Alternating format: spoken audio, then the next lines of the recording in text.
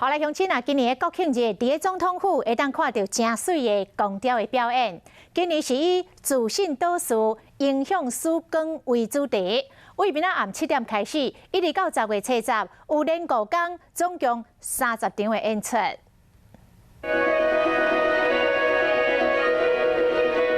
今年国庆美丽奇幻的光雕表演会出现在总统府。比如说像这个口罩这个部分，我们就会有很多多彩的口罩，那它会转化成像一朵花朵一样，然后奔放，那这都是一个情绪的转换。台湾的骄傲，美丽翠暗防疫做了有够好，还佫有这个台湾要推展的5G 的建设，嘛化身为电影的元素伫叮当。 也会在整个塔楼顶端放一个镭射，象征是一个灯塔，然后